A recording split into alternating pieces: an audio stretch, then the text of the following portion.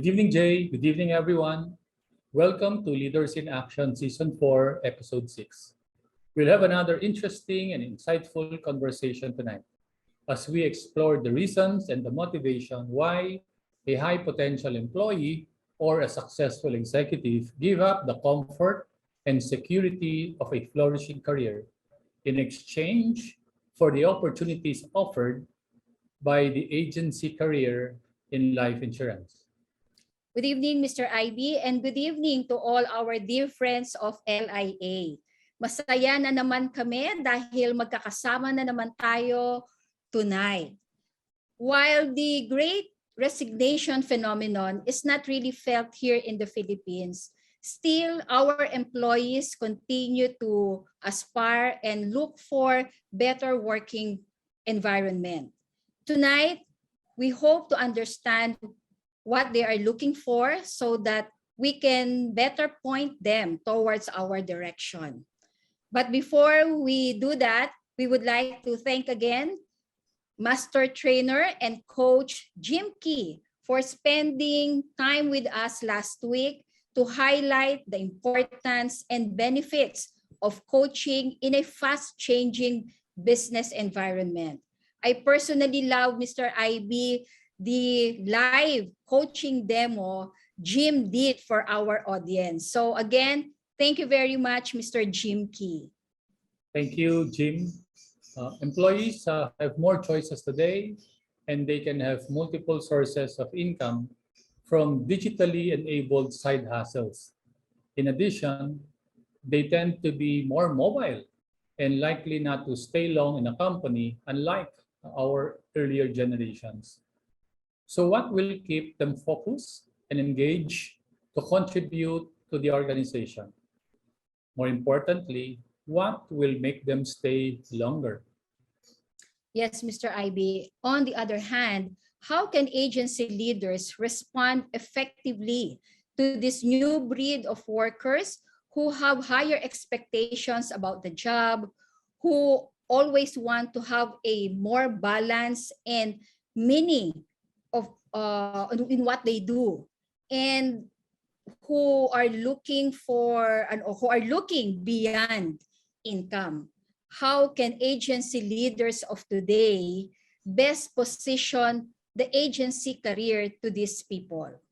And to help us deep dive into the whys and the hows of employees turning to insurance agency career, we are very pleased to have with us tonight our dear friend, a former executive colleague, and now one of the top agency managers of AIA Philippines.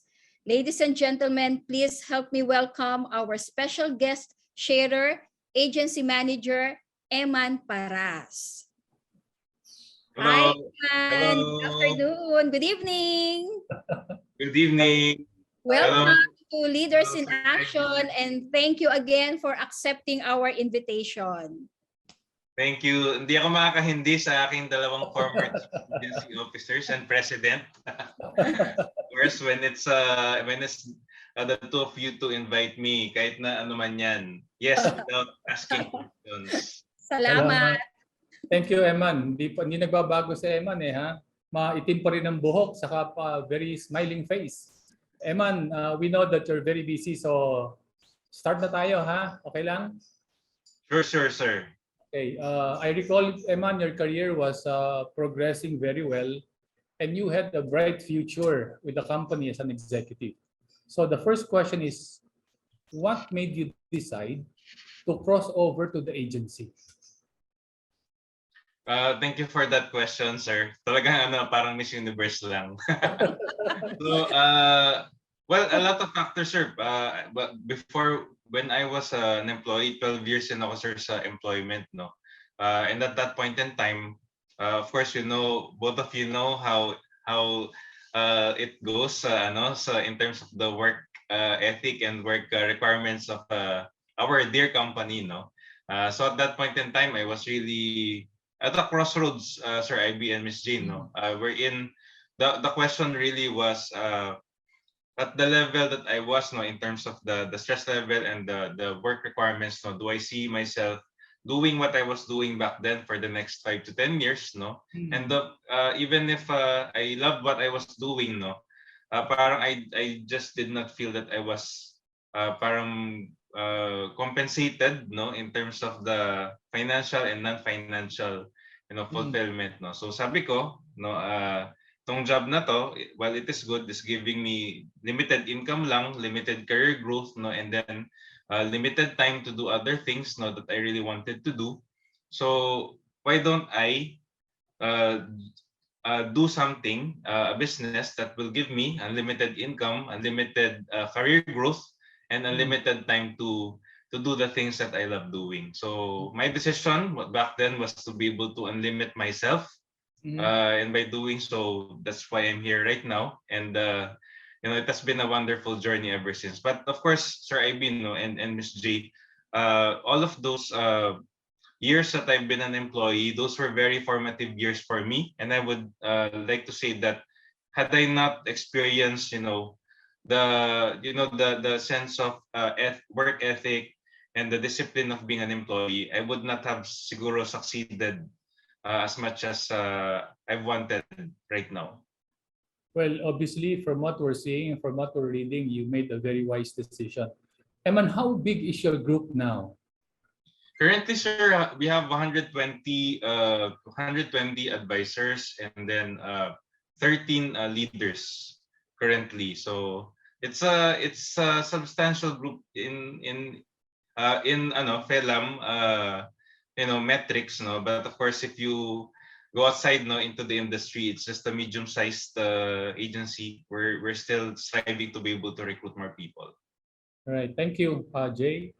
Yeah, talking about recruitment and your number of people. Eman, a good number of your team members came from employment. Is that right? Tama ba yan? Yes. Yes, okay. Now, is that an intentional recruitment strategy of the team to really focus on mga employees? My answer would be yes and no. Yes, because of course, employees would have already the work ethic, to be able to do this, no, and no, because I do believe that you attract who you are, no. So basically, kung sino ka in terms of your background, professional background, even yung personality, belief system, so yun yung na-attract mo. So because I was a former employee, na-attract ko are also former employees as well who share, with the same stories, the challenges that I had. So pag sinabi ko yung mga nabo-burn out, mga ganon, nakaka-relate sila. So that's why I was able to invite them over. Yan. In terms of a specific segment or sector of employment, meron ka bang talagang tinatarget na segment of employees? Parang industry, ma'am, no? Tama ba? Yeah, oo. Honestly, ma'am, not so much, no. Pero what we're targeting at are yung mga medyo related din sa sales, no. So not in particular siguro, ma'am, yung industry. Okay. No, but based on our own experience, the people who are succeeding or who have succeeded in the agency and in siguro sa AIA in general would be people who have sales background. So parang for example, related sa sales pero ibang industry like car sales or possible real estate, pharma, no. And then surprisingly, people who are part of the IT, engineering, no.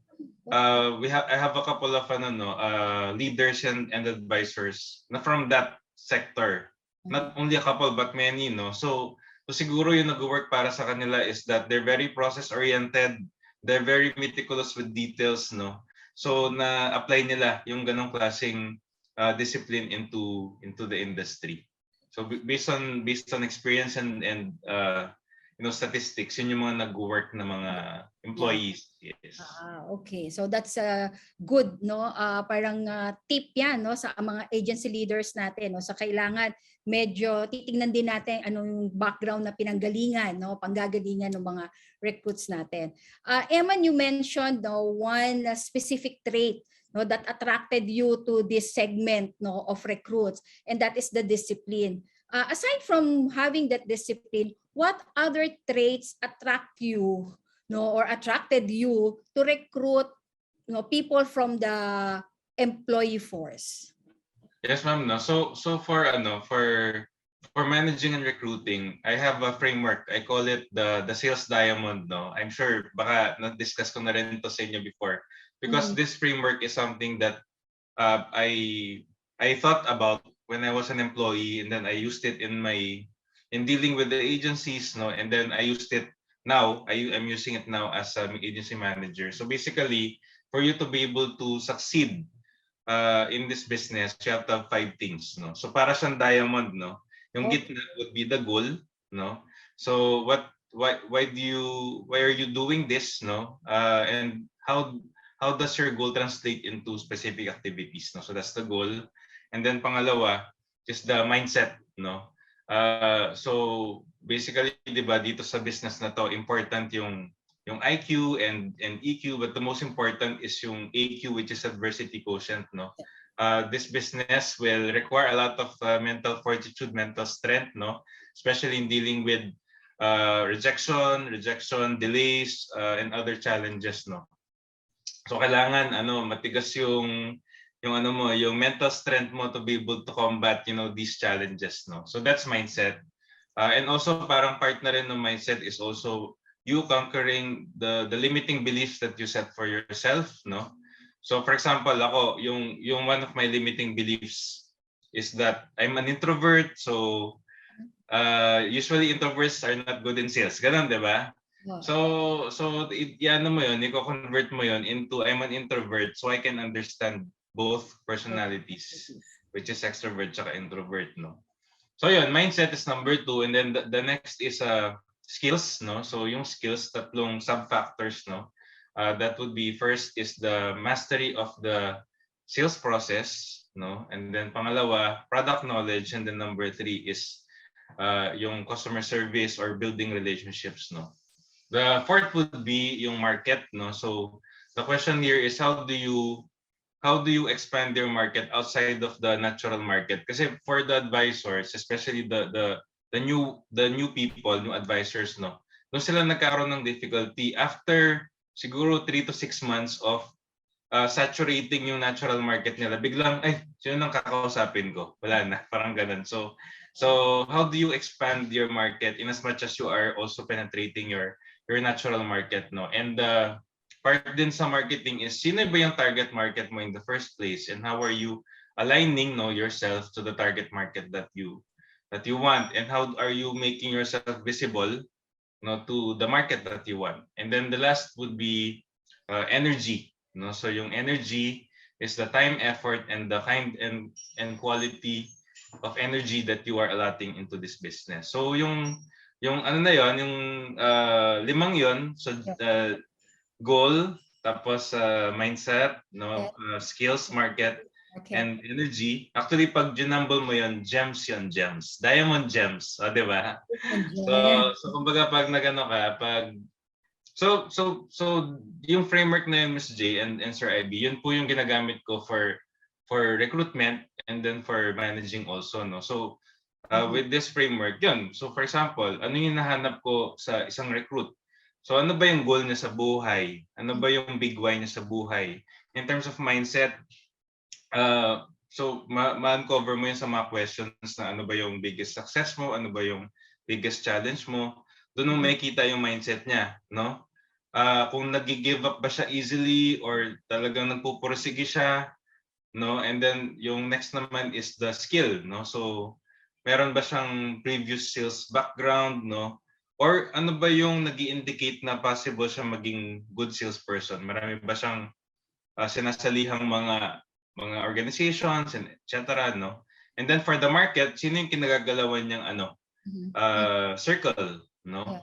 And then lastly, for the energy, the basic question here is, what will be your, well, I'm part of AIA, so yung tanong is, what will be your AIA time?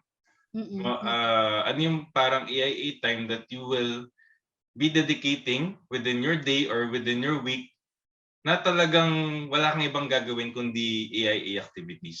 So in having this framework, I'm able to parang use it in terms of recruitment, so during recruitment interviews, and also in coaching current advisors as well. Oh, Yun that's po. very good, no, Eman, very comprehensive, no. So it will really require you and your leaders. I would suppose you have shared this also with your leaders, no. So somehow sinusunod din nila Yes. tong diamond Sumasakan na po net. sila dito sa so, memorize na nila po yung yung Memorize na nila. So it's very important talaga that the interview happens, 'di ba, with your recruits, no? Because you will not be able to find these 5, no, unless you really do an actual interview. So I would suppose, no, na talagang every recruit that comes to Peak Wealth Solutions, no, underwent, no, a thorough recruitment interview, and you find that really very important, Eman.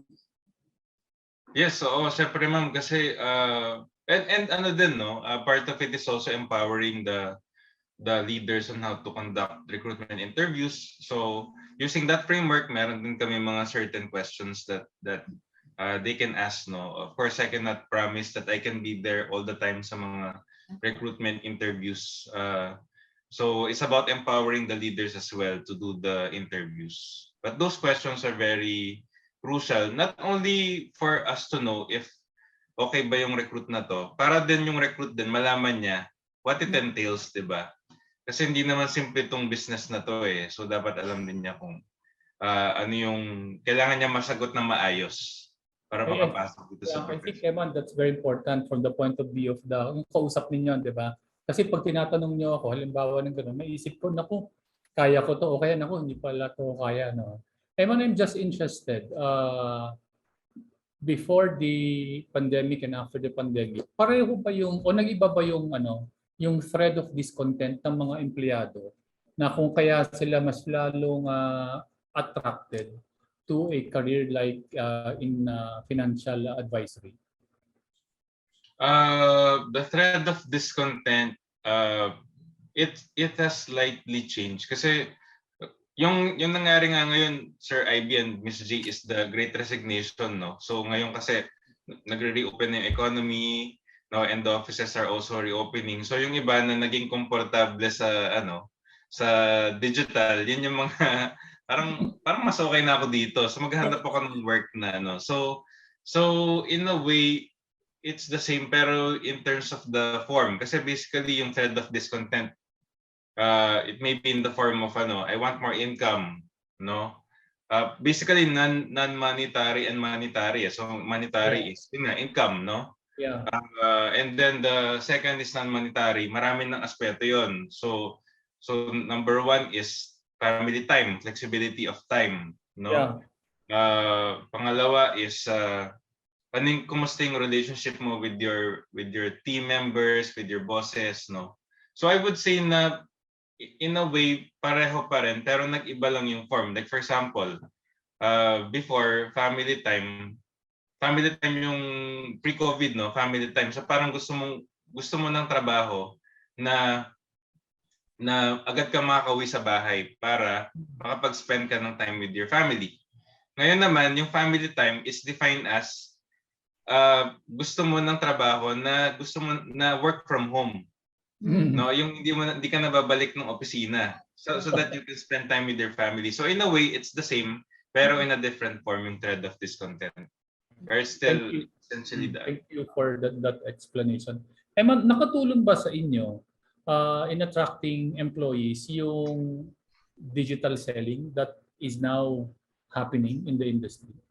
Yes, sir. So sa amin ngayon, we have recruits. Dati kasi yung concern natin pre-pandemic is that you have a quality person in Visayas or Mindanao, pero hindi mo alam kung paano mo siya ma-manage, no? Kasi talagang dapat, kumare, joint field, paano yun, di ba? So with the advent of digital selling and digital recruitment, ano na ngayon, parang yung totoong nationwide na. You can have nationwide presence, no? So during the pandemic period, we had recruits in Visayas, Mindanao, North Luzon, no? So some of these people, or a lot of these people, hindi ko pa sila na-meet personally, no? Pero they're part of the organization. So maganda rin. Yung nagiging, on the other hand naman, Sir IB and Miss Jane, no? Yung nagiging challenge naman for the existing ones, yung pre-pandemic recruits, that parang nawalan sila ng connection kasi nga puro digital, no? So I guess for the leaders ngayon, yun yung challenge, no? How do you para maximize the opportunities of digital selling and digital recruitment while slowly parang bringing back the physical connection, the physical reconnection, especially with your advisors who joined you pre-pandemic, kasi yun yung nawala naman, no? So that's the very thing that our group is going through sa ngayon. Would you say, Eman, that recruitment today is far better than the results of the recruitment in the previous 3 or 4 years?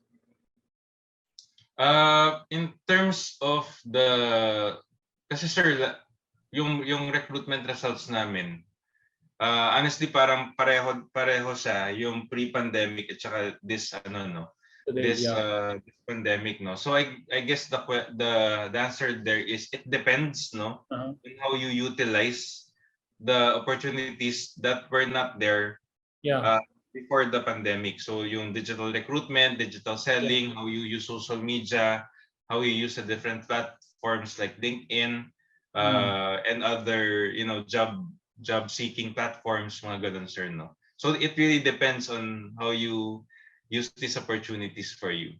Well, again, based on what you have been doing, your team has actually been leveraging on the digital platform, diba? So far, I know you just hindi pa masyado matagal yan, but so far, very encouraging ba yung results ninyo?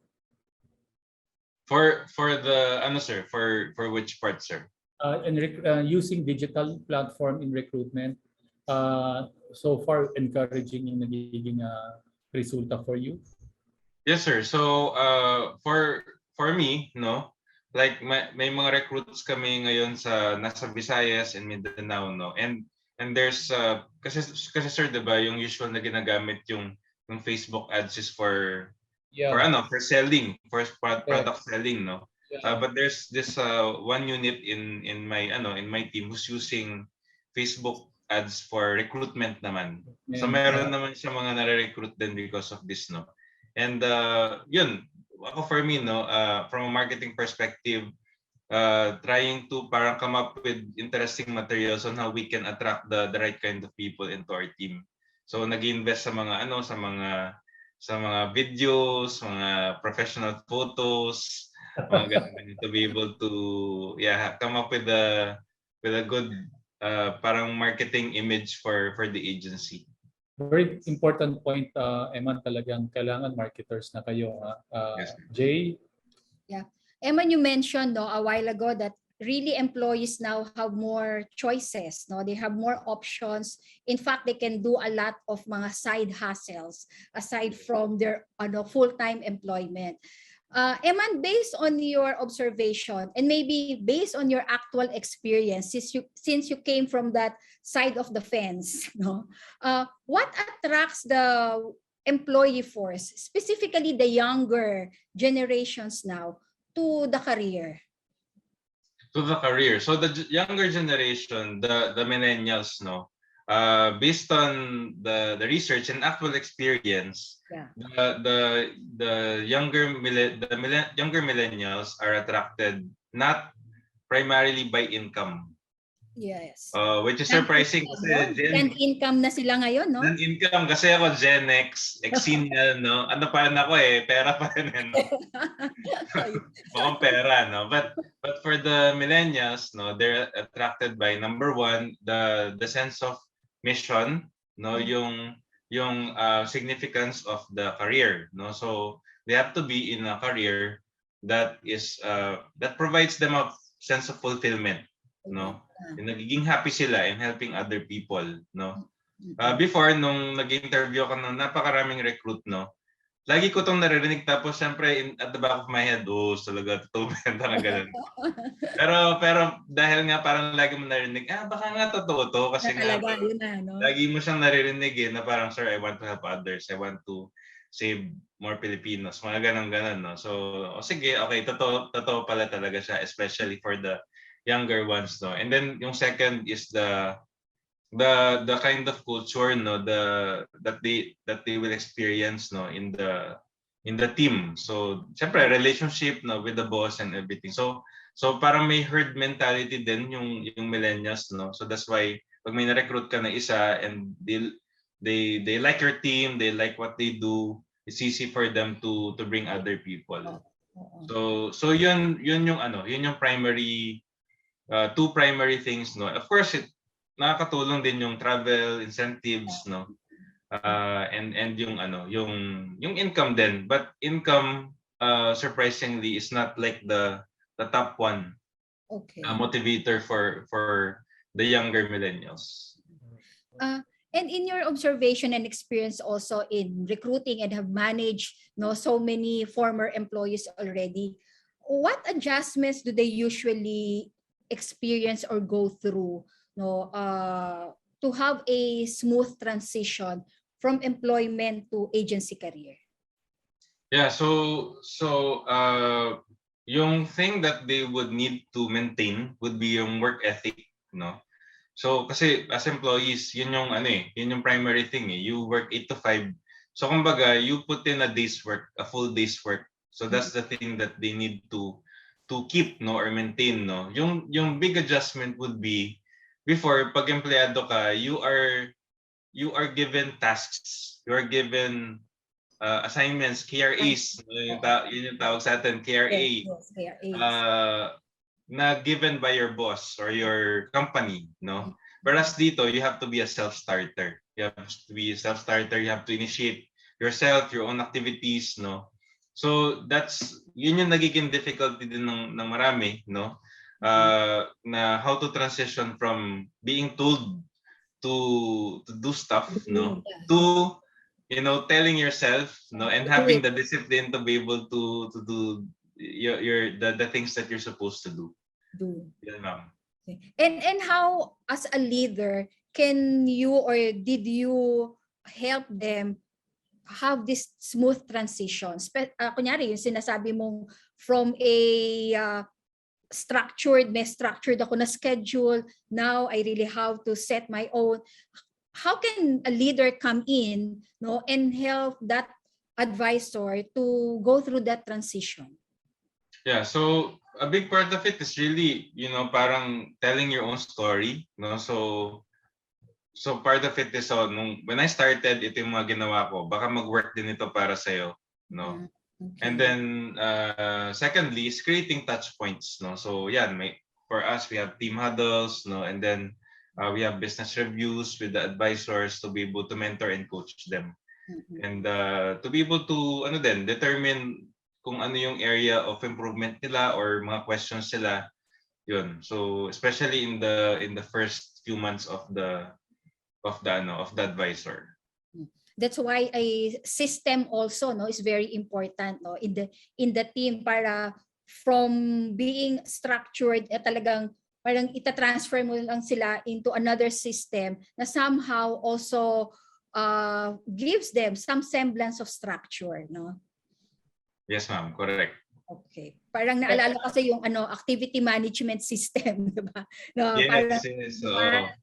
yun yung nagbibigay ng ng structure sa kanila, ano bang dapat mong gawin, no, day 1, day 2, day 3, kasi kailangan nga nila yung structure na yon. Okay. Thank you, Eman. Eman, employees are more mobile today, and sabi nga, they do not stay long in a company. So knowing that or having that perception, how do you engage them para they get more committed in what they're doing with the hope that they will stay longer with your team? That's a good question, Sir IB. No, so the key there is to be able to, onboard them properly and let them achieve uh, yung mga small wins, mga little milestones, no. Kasi kung for example, ilang buwan na tapos wala silang any performance or productivity, it's easy for them to be able to just just give up, no. Pero kung for example, meron na silang natikman na komisyon, no, tapos ano pa yan, quarterly pa yon, no, so ibig sabihin, magstay pa ako ng para enjoy yung comes ng ng until the end of the year. So letting them win, no, the small wins and celebrating those small wins with them, no. And then secondly is also parang showing them the big picture that yung game plan is not only for them to stay as an advisor, but also the career path is a clear, kumbaga yung career growth is a clear way for them, unlike sa employment, no. Kailangan talaga makipagbrasuhan, kapag mabuti ka pa in before you get promoted, no. But in this industry and in our line of business, wala, it's a clear straight path. Ma-achieve mo yung XXX requirements, you'll be a leader, no. So giving them the big picture and helping them to recruit as well, kasi pag nag-recruit ka, it's more difficult for you to give up, kasi syempre may hiya factor na yun na wala nga naman mag-resign ako, ako pa ngayon nag-recruit dito sa 3 teammates ko. So sige na nga, ituloy ko na to. So may na rin, may hiya factor na rin pag may recruit sila. And you said you have what? 13 over 10 leaders already. 13, yes sir. Hindi ka nahirapang engganyohin sila na pursue that leadership career, or on their own, as you mentioned, they saw the path of bigger opportunities? Yes sir, parang my personalities, hindi ako yung tipong namimilit na ito ganito ka, no. So I think nakita nila din, no, yung natural progression for them, no. And then nakita din nila yung siguro yung parang okay tong leadership. So that's why it's a very natural process,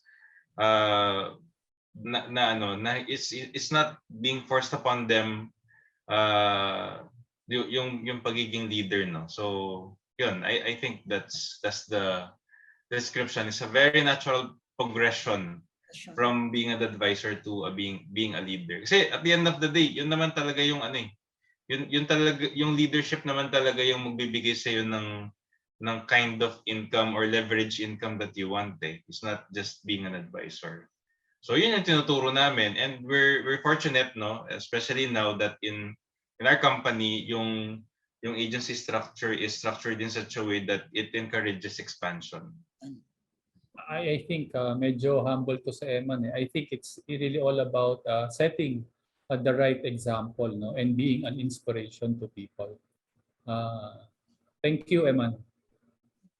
Eman, a number of our kababayans, no, mga employees, maraming mga employees who lost their job during the pandemic. How did your team help in providing them income opportunities? Marami ba kayong na-recruit dun sa mga medyo nawalan ng trabaho?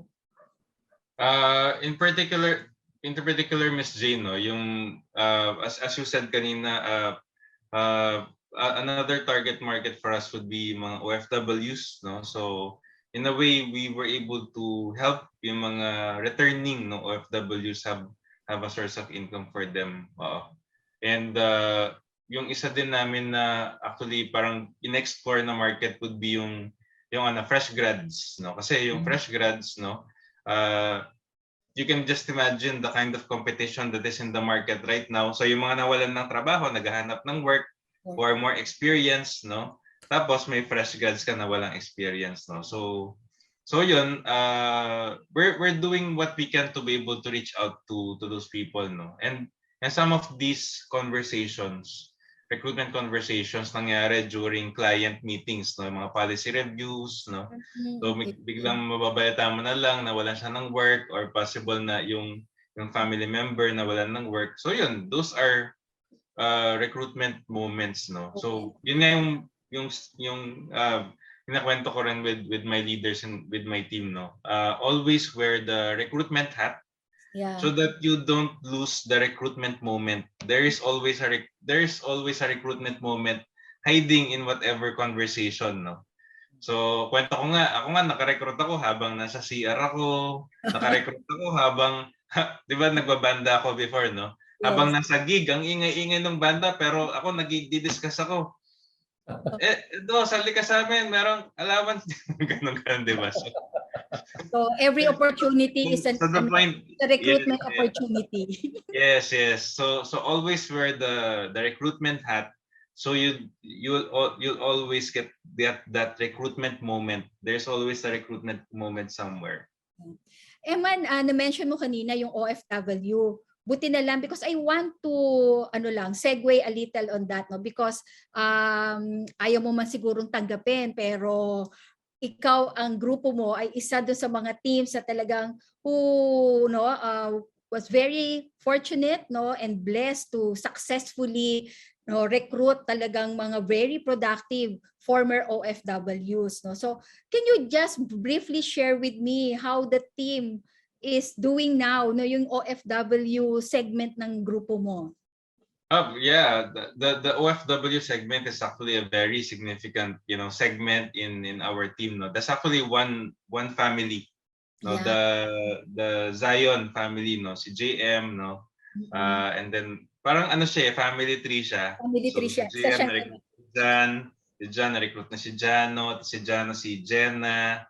Okay. Then all the others, no. So my lesson there is that kumbaga you find out kung sino yung parang key recruit mo na pwede mong magli-lead na siya to all the other recruits, no. So in particular si John yun, no. Si JM, no. And then he was able to recruit si John, no? And John was able to bring several people into the team indirectly, no. So the key there, the key learning there is sino yung magiging parang key advisor, key recruit, or influencer mo, no? What I call yung term ko din is showcase advisor.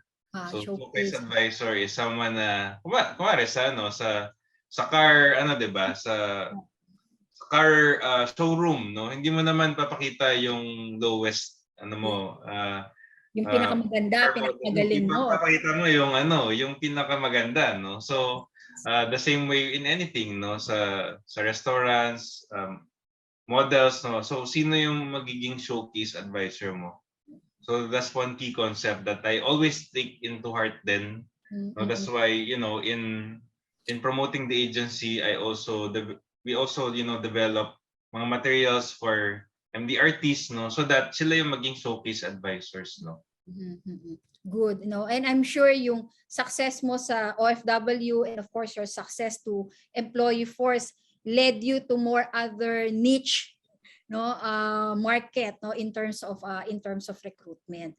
So meron ka pa bang isang nakikita in the future na specific segment na parang gusto mong pasukin pa rin ito? Ako, for me, yung malaking, I'm still trying to figure out how to approach them. Yung market that I'm looking at are yung mga yung mga work from home already. Like for example, yung VA, virtual assistants, yung mga freelancers. Laking segment na yan ngayon. Yes. Kasi sila, they don't need to do anything.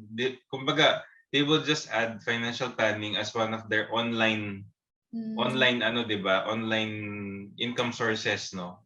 So basta everyone who's doing online work, like VAs, freelancers, online sellers, those people. That's what I'm looking at na target market. Still trying to figure out how to go about it. I'm excited to know later, Eman, share mo sa amin kung paano mo successfully mape-penetrate mo yan, and I'm sure you'll be able to figure that out, and that's really something interesting. Yes, ma'am. Yes, ma'am. And ano din, mga business owners din. Parang I'm assimilating myself into the business community, and particular yung tech community, no. So I do think that's also a very uh, high potential source of recruits din. Yeah. So really a very big market pa, no? To Yes, ma'am. tackle in terms of recruitment. So hindi totoong walang mare-recruit, no? Ang daming pwedeng i-recruit. Yes, ma'am, kasi parang basically ngayon as a leader, kung sino yung hindi mo mabentahan, pwede mong rekrutin, no? Okay, Yun yung tama. advantage ng pagiging leader, no? Kasi if for example, makita mo na wala siya masyadong income or struggling siya, so at least you can offer a second option. Oh, do you want to augment your income? We also have a solution for you. Yeah. Yeah. So in a way, it's good that you do target marketing. That's actually one of the things that I would like to improve, no. And at the same time, also kumbaga have this ability to be able to recruit from any market that you can market to or recruit from. Yeah. Yan, ma'am. Eman, you're a second generation in the industry, di ba? Your mother has been a successful agent, and your parents-in-law are both seasoned and Yes, ma'am. successful leaders themselves, no? So, ano ba yung natutunan mo sa kanila na nagagamit mo sa bilang isang agency manager today? Marami masyado, para baka maging half day video But basically if I were to mention three things. Number one is of course the sense of hard work, the hard work and perseverance, especially during challenging times. Number two is the loyalty, loyalty to the company, wala namang perfect na company, so you just need to be able to love the company in all its strengths and weaknesses and whatever, and then the third is resilience and adaptability, and for me yung dun sa tatlong yun, yung third factor is the most important, yung resilience and adaptability. Kasi sir, especially at this point in time, it's easy to give up, di ba? Dami mga challenges, both local and global challenges, and if hindi matibay yung foundation mo in this industry, it's easy for you to give up. Yeah. But the question is how in every challenge, there is always an opportunity. So what is the opportunity that is being presented to you right now? So possible ba na recruitin mo sila, there's this threat of COVID, di ba? So instead of viewing it as a challenge na parang naku baka magkasakit lahat ng COVID, the second thing is yung COVID, so yung fear is that baka magka-COVID tayo and everything, and the opportunity there is that now that COVID is still prevalent, concerned yung mga tao about health funding. How do you use this trend to be able to focus on health funding, so yun, there's always an opportunity in every crisis, in every challenge, and for me that's what keeps me going. It's easy for me to just give up, pero I believe that in the biggest of challenges, dun lumalabas yung galing mo bilang isang leader, galing mo bilang isang manager. So that's very important. Thank you, Emma. Now, again, in the span of your experience in industry, you've seen leaders of before, and you are now a leader. One word that differentiates a leader today from the leaders of the past. Oh, that's a very difficult question, sir. O siguro ano yung ginagawa mo ngayon na dati hindi mo nakikita sa mga leaders in the early 20s, so early 2000 or 2010. Ikaw ay executive. Siguro sir yung yung ano mo, yung dynamism, Mm. how you react to the very several parang trends, mini trends, Yeah. micro trends that are happening. Kasi Mm. dati very hard yung formula. It's a hard and fast formula. You Mm. just recruit as many as you can and then you will get Ngayon iba na eh. Ang dami Yeah. ng mga factors eh. Oh. How are you using technology? How are Yeah. you parang yun nga, yung how are you maximizing yung hybrid, no? Hybrid Yeah. na Correct. setup ngayon, no? How are you, etc., etc. Ang dami. So you have to be dynamic. Hindi yung what worked for you even 2 years before may Oo. not work anymore at this point in Yeah. time. So Mm. ngayon, for example, what worked for us before nung 2020, Sir IB and Miss Jane, no? Oh. Yung mga Zoom meetings, online meetings, Yeah. no? Pero ngayon hindi na siya nag-work kasi people are now yearning for magkita naman tayo. Oh. Let's have Oh. catch up. So if you just stick to that online meeting tayo lagi, ganun. Wala, hindi na siya nag-work ngayon. So you have to have that presence of mind and that consciousness. Okay, kailangan may magbago. So Mm. magkita na tayo, small groups, big groups, whatever, inuman, whatever, no? So para lang mag-reconnect tayo. So I guess that's it, no? Yung dynamism. Before nung time niya na the legends, no? Na Miss Oh. Lucy Oh. na Regani, no? Oh. Oh. Basically, kung ano yung best practices mo 10 years ago, yung pa rin, no? Oh. Oo. But at this point in time, even your best practice a year ago or a couple of years ago, it might not be applicable anymore. So you have to have that sense of dynamism, sir. Ang naisip ko sa sinasabi mo, Eman, parang yung balisong dati, very effective eh. Ngayon, kailangan mo ng Swiss knife eh, no? Yes, Become sir. successful, no? Thank Correct, you, sir. Eman, ha? Thank you. Jay? Yeah, so sa naririnig ko sa iyo, Eman, talagang being a leader, no, pose a big challenge, no. But at the same time, leadership is very satisfying, no, very fulfilling, especially when you see your advisor succeeding, no, with your support. But at the same time, alam naman natin, leaders need to deliver results. Diba? Every year, no, your quota, your target is increasing, diba?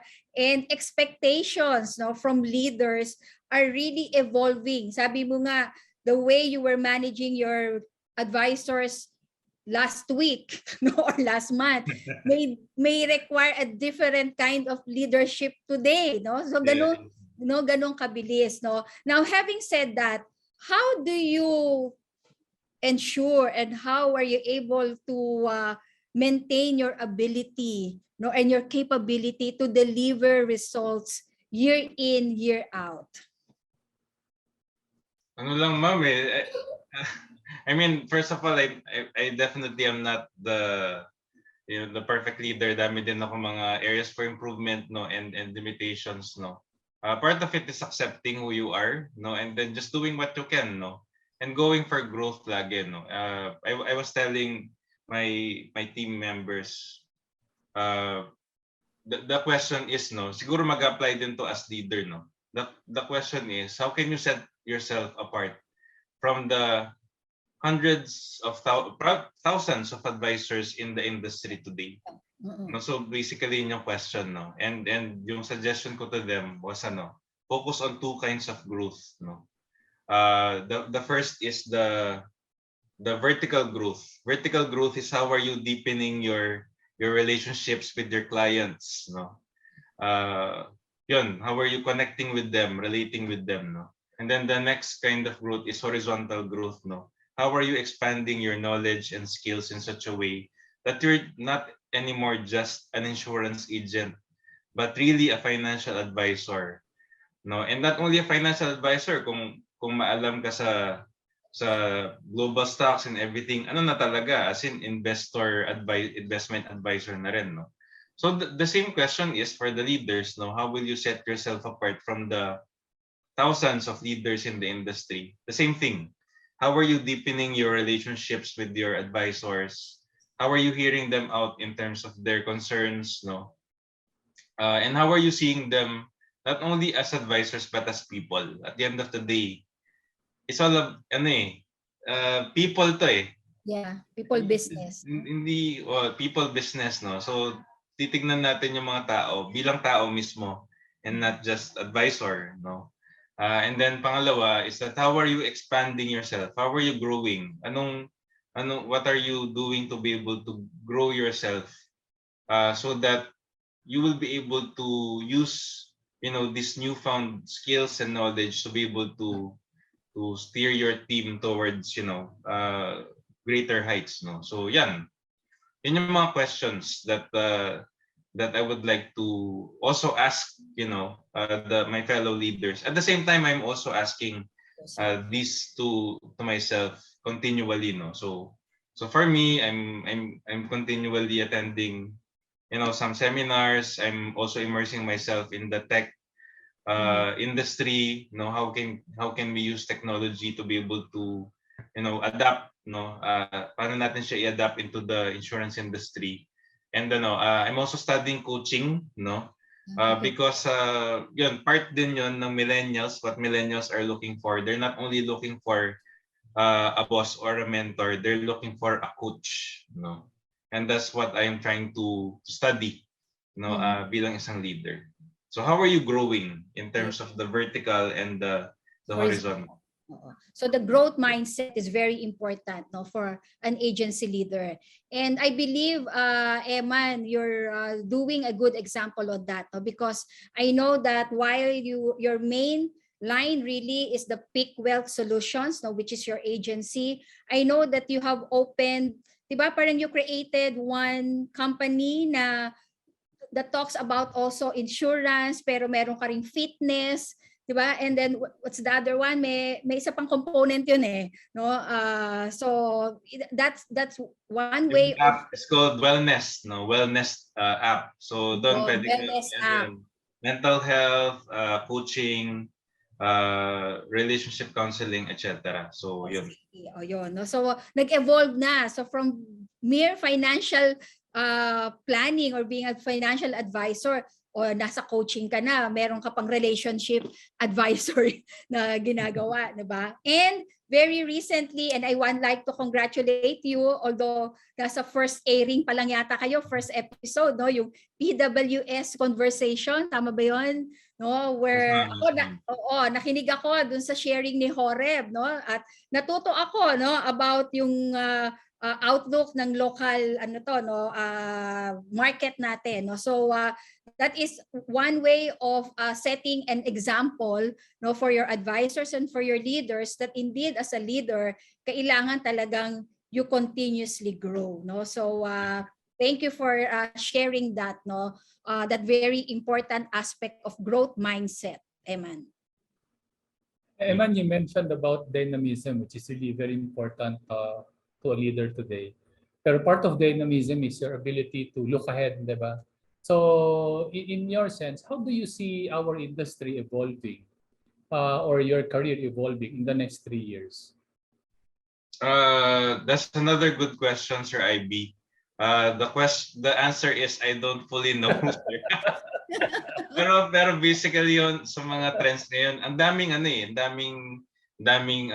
challenge, ang daming opportunities, and there are also threats, so siguro instead of answering how do I see the industry 3 to 5 years from now, I'll cover on the trends, or the threats and opportunities. So the opportunities remain to be the digital selling at saka digital recruitment. That's really a game changer. And it's a great thing that IC made it permanent. So talagang magiging nationwide ka na talaga, another opportunity would be yung how do you parang make your portfolio more comprehensive, not only in life insurance but also in other lines of business. The challenges naman or threats would be yung GCash meron ng yung GCash meron ng insurance, Singlife, there's also bank assurance, so in a way parang isipin mo rin which goes back to the question that I asked kanina, which how will you set yourself apart Part. over the thousands of advisors in the industry right now. Because your answer to that will also be the answer to your survival and thriving in the next 5 to 10 years. Tamang-tama yan. Man, kita mo, nag-uusap tayo pero tapos na oras natin ha. So ngayon, nagpapasalamat na agad kami kasi ang bilis talaga kapag maganda ang usapan. Manatee, thank you for your valuable insights. No? And you're correct that the industry continues to provide growth and meaningful opportunities to anyone who's really committed to achieve their goals. So all the best to you and to your team.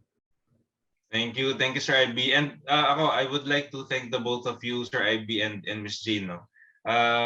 This is without any lip service. No, you've really formed a huge part of my career, especially in my employment years. No, and all of the things that I've learned from you, I continually apply, even up to now, Sir IB and Ms. J. So a big thank you to the both of you for being such great mentors to me when you were in part of our company. Thank you so much. Thank you. Thank you. Thank you, Eman. And we're very proud and we're very happy of what we see, where you are now and what you have done, not only to yourself, but to your growing agency family mo. And of course, yung iyong sariling family na rin, with Jeannie and Emma. So, dear leaders, you heard it straight from Manager Eman. Really, the way to go is to be more aggressive, intentional, and strategic in your recruitment initiatives. So thank you very much again, Eman, for joining us. And thank you, everyone, for spending again your Thursday evening with us tonight. I'm sure madami kayong takeaways na baon-baon after this real talk we had with Manager Emmanuel Paras of AIA Philippines. We do invite you again next week. Join us next Thursday as we feature Sun Life's branch manager, Annalyn Pineda, who successfully found the way to attract and recruit the multi-generational leaders and advisors. So, Mr. IB, this is going to be another interesting discussion, especially that we still have a number of agency leaders from the earlier generations who now face the challenge of leading and recruiting and leading the Gen Ys and the Gen Zs. So, leaders, kita-kita tayo ulit. That's next Thursday, June 16, 8 p.m. here in Leaders in Action. Real leaders. Real stories. Real talk. Bye, everybody. Thank you, Eman. Bye. Bye. Thank you so much.